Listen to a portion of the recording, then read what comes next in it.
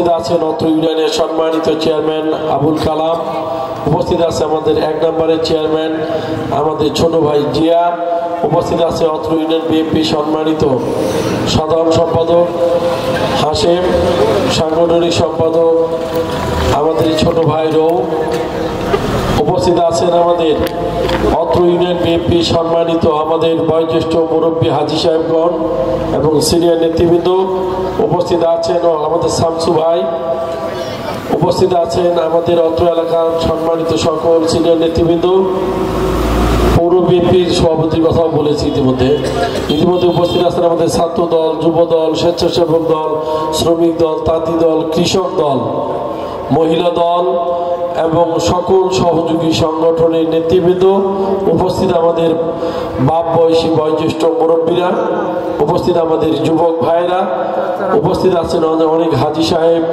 এবং এলাকার মান্যগণ্য ব্যক্তিবর্গ, উপস্থিত আমাদের তরুণ যুবকেরা, উপস্থিত সংবাদকর্মী হিসেবে যারা সংবাদ প্রচারণা করেন সেই সংবাদকর্মী ভাইরা, অত্র কুন্দার বাস স্ট্যান্ডের সম্মানিত আমাদের সকল ব্যবসায়িক বৃন্দ, উপস্থিত দূর দূরান্ত থেকে আসা অনেক নেতৃবৃন্দ যারা উপস্থিত হয়েছে, মুসলমান ভাইদেরকে আমার সালাম, আসসালামু আলাইকুম ওয়া রাহমাতুল্লাহি ওয়া বারাকাতুহু। সনাতন ধর্মের ভাইদেরকে আমার আদাব। প্রিয় ভাইরা, আজকে আপনারা জানেন বাংলাদেশ জাতীয়তাবাদী দল বিএনপি গত 17 বছর ধরে আপনার, আমার এবং আমাদের সারা বাংলাদেশের মানুষের পক্ষে কথা বলে বাংলাদেশকে নতুন করে সাজানোর চেষ্টা করছিল, ভোটাধিকার ফিরিয়ে পাওয়ার চেষ্টা করছিল মানুষের মৌলিক এবং মৌলিক অধিকারগুলো ফিরে পাওয়ার জন্য। কিন্তু দীর্ঘদিন এই সময়টা যখন চলছিল তখন বাংলাদেশের প্রত্যেকটা মানুষের ভিতরে একটা উৎকণ্ঠা কাজ করছিল, যে উৎকণ্ঠার মধ্যে দিয়ে আমরা আমাদের নিজেদের সমাজ থেকে শুরু করে হাটে বাজারে যে কোনো জায়গায় বাধাগ্রস্ত হতাম, রাজনৈতিক ময়দানেও বাধাগ্রস্ত হতাম। 5ই আগস্টের পরে বাংলাদেশে একটি নতুন সরকার এসেছে, ইন্টেরিয়াম গভর্নমেন্ট সেই দায়িত্ব পালন করছে। আমরা চাই সেই ইন্টেরিয়াম গভর্নমেন্ট দায়িত্ব পালন শেষে আগামী 2026 সালের ফেব্রুয়ারির প্রথমার্ধে জাতীয় নির্বাচন সম্পূর্ণ করে একটা নির্বাচিত সরকারের হাতে ক্ষমতা হস্তান্তর করে দেশের মানুষের ভালো কিছু করবে সেই প্রত্যাশা নিয়ে কিন্তু আমরা কাজ করছি। প্রিয় নেতৃবৃন্দ, আমরা গত 17 বছর ভোট দিতে পারিনি। ভোট কেন্দ্র গিয়েছি, আমাদেরকে ভোটে বাধা দেওয়া হয়েছে। যারা টোকন কাটতো ভোট দেওয়ার সময়, আমরা বিগত 17 বছর আগে ভোটের দিনটা মনে হতো একটা ঈদের দিনের মতো। মানুষ নতুন নতুন জামা কাপড় পরতো, হুন্ডার মহড়া দিয়ে যাইতে পারতো না, হুন্ডা হয়তো সাইডে রেখে ভ্যানে থেকে শুরু করে সব জায়গাতে একটা মনে হয় আমেজ শুরু হইতো, যে নবান্নের আমেজের মতো। আশেপাশে জিলাপি ভাজছে, আশেপাশে পাঁপড় ভাজছে, খুরমা ভাজছে, কত রকমের দোকান, নানান রং বেরঙের মানুষ সজ্জিত ছিল এলাকায়। ভোট দিয়ে সবাই অপেক্ষা করত। আমরা দেখেছি তখন ছিল কিন্তু সাদা কালো টেলিভিশন, ওই টিভির সামনে সারা রাত বসে থাকতো, একটা একটা করে কাটতো, যে মাগুরা 2 বিএনপি, অমুক 3 বিএনপি, একটা একটা করে আসন কাটতাম, আমরা সংসদীয় আসনগুলো দেখতাম। কিন্তু সেই দিনগুলো কিন্তু হারিয়ে গিয়েছে। এখন ডিজিটালাইজ হয়েছে। ডিজিটাল হওয়ার কারণে ওই মনিটরের পর্দাতেই তুলে দেয় যে এত আসন অমুক দল, এত আসন অমুক দল, অন্য দল এত আসন। চলে আসে না ভাই, এখন কিন্তু আর খাতা কলম দিয়ে কেউ কাটে না, শুধু জানতে পারে যে অমুক আসন থেকে হয়েছে। টেলিভিশন স্ক্রুলে দেখানো যায় যে বগুড়া 4 থেকে অমুক, 5 থেকে অমুক, 1 থেকে অমুক, নড়াইল থেকে অমুক, এরকম করে। কিন্তু বিগত দিন যে নির্বাচনে আমেজটা ছিল, সেই নির্বাচনে আমেজ কিন্তু মানুষ হারিয়ে ফেলেছে। আমার বিশ্বাস এই বাংলাদেশে স্বাধীনের পর আবার নতুন করে যেমন বাংলাদেশ স্বাধীন হয়েছিল, সদ্য একটা মানে ভূমিষ্ঠ সন্তানের মতো নতুন বাংলাদেশ পেয়েছিলাম আমরা গত 5 তারিখে। ইনশাআল্লাহ ভোটের দিন আবার ভোট দিয়ে বাংলাদেশকে এইরকম একটা স্বাধীন বাংলাদেশ হিসেবে দেখতে পাবো আগামী দিন।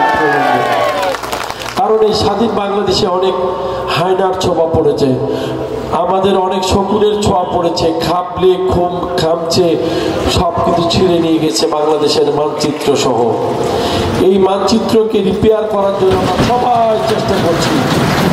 এই মানচিত্রকে বাঁচানোর জন্য বাংলাদেশের 17 কোটি মানুষের দাবি ছিল নতুন বাংলাদেশ, নতুন করে ভোট দিয়ে আবার আমাদের নিজেদের পছন্দের প্রধানমন্ত্রীকে নির্বাচিত করব। ইনশাআল্লাহ সেই স্বপ্ন পূরণ হতে যাচ্ছে আর মাত্র কয়েকটা দিন। আজকে 20 তারিখ, এই মাসের আর 10-11টা দিন গেলেই ডিসেম্বরে তফসিল ঘোষণা হবে, ফেব্রুয়ারিতে নির্বাচন হবে। আমরা আমাদের পছন্দের প্রার্থীকে ভোট দিব সেই প্রতীক্ষা করছি ইনশাআল্লাহ। আপনাদের কাছে আমার অনুরোধ থাকবে, কোন দলকে গালাগালি করার জন্য আমরা কখনো আসিনি, কারো গালাগালির দরকার নাই। যারা যেরকম করেছে তাদের সেরকম ফল কিন্তু আল্লাহ দিয়ে দিয়েছে। আল্লাহ কিন্তু সম্মান দিতেও পারে, সম্মান কেড়ে নিতেও পারে। সম্মান দেওয়ার মালিক আল্লাহ, সম্মান কেড়ে নেওয়ার মালিকও কিন্তু আল্লাহ। দেখেছেন না ভাই? রান্না ভাত খেয়ে যেতে পারে না, ফ্রিজ থেকে বড় বড় বোয়াল কাঁধে নিয়ে মানুষ চলে যাচ্ছে। মুরগির রান, খাসি রান বসে থেকে গণভবনের পাশে মানুষ চাপাইতেছে, রান্না করা খাবারও কিন্তু খেতে পারেনি। সুতরাং প্রত্যেক দলকে এটা ভাবতে হবে, একটা দলে ভাবে গিয়েছে যদি অন্য দল আমরা এরকম করি, তারা আমাদের ভাগ্যেও কিন্তু এরকম হবে। সুতরাং এটা ভেবেই আমাদেরকে এগোতে হবে। বাংলাদেশের যে পরিবর্তন হয়েছে, আমরা শান্তি, সাম্য এবং বিনয়ের বাংলাদেশ চাই। আমরা সবাইকে নিয়ে বাংলাদেশটাকে সুন্দর করে গোছাতে চাই, এটাই হোক আমাদের অঙ্গীকার। আপনাদের কাছে আমার অনুরোধ, এই রাস্তার এইপারে কিন্তু আমার বুড়িন ইউনিয়ন, আর রাস্তার এইপারে কিন্তু ভাটগ্রাম ইউনিয়ন। রাস্তার খালি পার হলেই আমার 1-এর চেয়ারম্যানও আছে, 5-এর চেয়ারম্যানও আছে।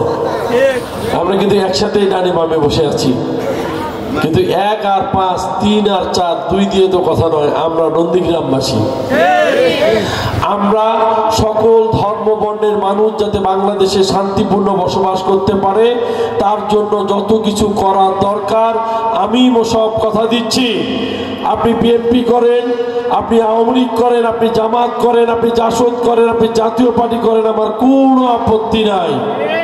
কিন্তু দেশ বিরোধী কিছু বলা যাবে না, অন্যায় করে কারো মাথায় বাড়ি দেওয়া যাবে না, অন্যায় করে কারো সম্পত্তি পুকুর লুট করা যাবে না।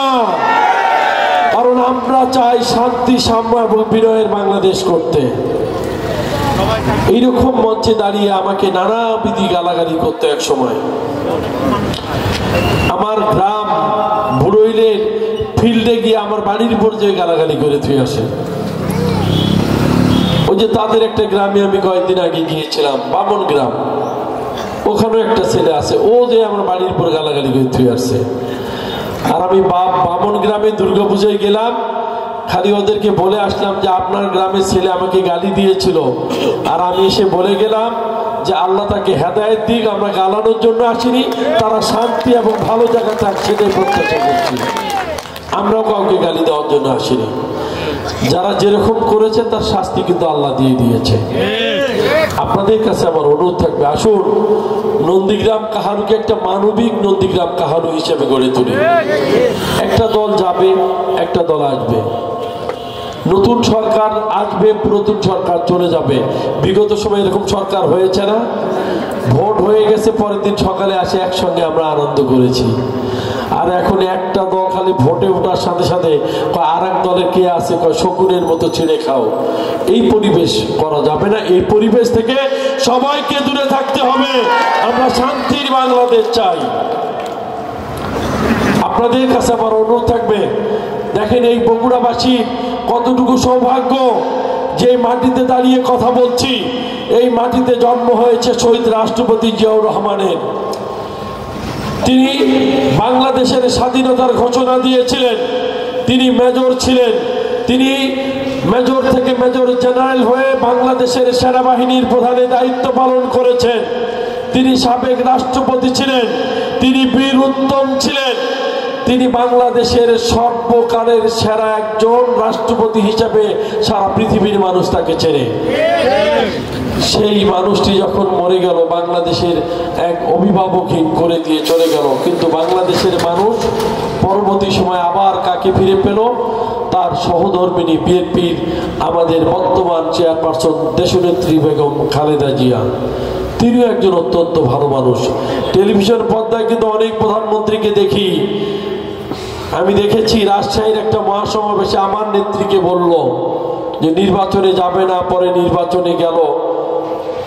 একজন প্রধানমন্ত্রী বলে ফেললো, সেই নথ খুলিলি মানুষকে হাসাইলি, মানে নাকের নথ খুলে ফেললো মানুষকে হাসালো। মানে সে, আমরা বলেছিলাম যে নির্বাচনে যাব না, পরে নির্বাচনে গেলাম, এটার জন্য টিটকারি করে বলল সেই নথ খুলিলি মানুষকে হাসাইলি। আমরা এরকম বাক্য ইউজ করতে চাই না। দক্ষিণ এশিয়ার সবচাইতে মার্জিত, ভদ্র এবং সবচাইতে একজন সুশ্রী নেত্রী হিসেবে বেগম খালেদা জিয়া বাংলার ইতিহাসে কিন্তু সবার মন জয় করেছিল। প্রিয় বন্ধুরা, বেগম খালেদা জিয়া কখনো কাউকে নিয়ে খারাপ কথা বলেনি। এই 111 থেকে সৃষ্টি করে শুরু থেকে 111-এ তাকে প্রশ্ন করা হয়েছিল, একজন তো দেশের বাইরে চলে গেছে কানে চিকিৎসা করার জন্য, আপনিও চলে যান। তিনি বলেছিল, বাঁচলে বাংলাদেশে বাঁচবো, মরলে বাংলাদেশের মাটিতেই আমার মরণ হবে, সেখানে মাটি দিবা, আমার দেশের বাইরে কোনো ঠিকানা নাই, আমি বাংলাদেশে থাকতে চাই। সেটাই হচ্ছে আপসহীন দেশনেত্রী বেগম খালেদা জিয়া। যখন 5 আগস্ট আবার ঘটে গেল, তখন বাংলাদেশের বড় বড় মিডিয়া খ্যাত যারা বড় চ্যানেলগুলো তাকে প্রশ্ন করেছিল, ম্যাডাম আপনার উপর তো অনেক অত্যাচার করেছিল, আপনি একটু বলেন তাদের বিরুদ্ধে কিছু বলার থাকলে। উনি স্পষ্ট বলেছিল, কারো বিরুদ্ধে আমার কোনো অভিযোগ নাই, যে যেরকম করেছে আল্লাহ তার বিচার করেছে, আল্লাহ দেখবে, আমার কিছু বলার নাই। এর নাম হচ্ছে খালেদা জিয়া। ঠিক তারই সেই সন্তান আজকের বগুড়া সদর 6 আসন থেকে নির্বাচন করবে। আপনি আমি এই নন্দীগ্রাম কাহালু ভোট দিব। আপনার আমার ভোটে এখানে বিএনপি জিতলে আগামী দিন বগুড়া তো বিএনপি জিতবে।